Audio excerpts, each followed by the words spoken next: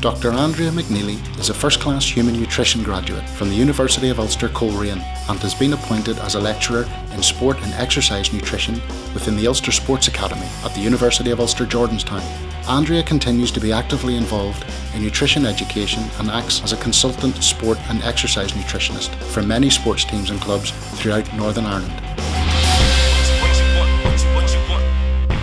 Whenever we think about training for a marathon event, it is important not only to think about the psychological aspects as well as your training, but nutrition also plays a composite part of this. When we think about the scientific evidence, we know that diet significantly influences athletic performance, and an adequate diet in terms of quantity and quality before, during and after training and competition can help maximise your performance. And this comes from the International Olympic Committee Consensus Statement on Sport and Exercise Nutrition. If we then think about the aims of sport and exercise nutrition, for a sport and exercise nutritionist working with anybody training to complete the marathon, the main aim is obviously to improve exercise performance and allow you to come in with a good time in the marathon event. So whether that's 3.5 hours, 4 hours or longer, the aim is to ensure that you have enough energy to perform the exercise. We also want to decrease recovery time from strenuous events. But as well as that, over the course of your marathon training, we want to try and prevent exercise injuries due to fatigue. If you don't have the correct fuel required during high intensity exercise, then you are at greater risk of becoming fatigued and injured. There's also an element of controlling your weight and body composition. This does generally vary between sports. If we think about training for the marathon event, which is coming up shortly in Belfast, the two main things that I want to focus on in this presentation are firstly, how can you increase your carbohydrate intake? As we know that carbohydrate is a main fuel that is used during exercise of high intensity. So we will look at strategies to increase carbohydrate intake both before, during and after exercise. We will also look at monitoring fluid intake and strategies to try and prevent dehydration, which have a direct knock-on effect on your exercise performance. Ultimately, if you can do both of these in combination, it will be a recipe for success.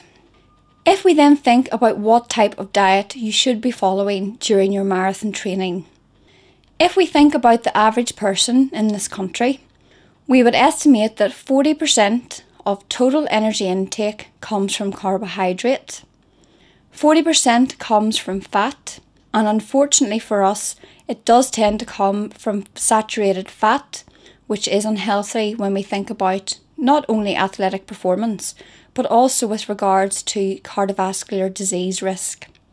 And 20% then comes from protein. Ideally, anybody starting to train for the marathon should have a healthy dietary intake to begin with. So in this case, 50% of total energy intake should come from carbohydrate, slightly less at 30% of total energy intake coming from fat, which should be a combination of unsaturated with low levels of saturated fats in the diet, and 20% protein. If we then think about somebody who's undertaking regular high-intensity training for the marathon, the energy requirements from carbohydrate increases to 60% of total energy intake coming from carbohydrate foods, 25% from fat, which again should be a balance between unsaturated and saturated fatty acids, and 15% coming from protein. If we then put this into perspective with regards to how much that equates to on a daily basis, the average sedentary female will require 2,000 kilocalories per day. Males get a slightly larger requirement at 2,500 kilocalories per day. Depending on the type of sport and the level and duration of intensity of exercise, this will vary between 2,300 to 6,000 kilocalories per day. So it is important to make sure that your energy intake is high enough to maintain your performance during the marathon training, given that it is a high demanding role that you're going to be participating in. So where do we get the energy from? Obviously we get our energy from our food intake on a daily basis. If we think about the actual composition of food, we know that carbohydrate foods such as pasta, potatoes and rice supply us with 4 kilocalories per gram. Protein found in meat and also some plant products also supplies us with 4 kilocalories per gram. However, the role of carbohydrate and protein in the diet are distinctly different. Protein will be used for the growth and repair of tissues in the body, whereas we know that carbohydrate can be used as a source of energy. Fat, both saturated fat and unsaturated fat, such as butter or margarine, supplies us with around 9 kilocalories per gram. However, it is important to note that for high intensity exercise, fat will generally not be used as a source of energy. Alcohol, found in wines, beers, spirits, etc., supplies us with 7 kilocalories per gram. However, it is important to note that alcohol, as well as being considered to be empty calories, can dehydrate the body, and this will have a direct effect on athletic performance.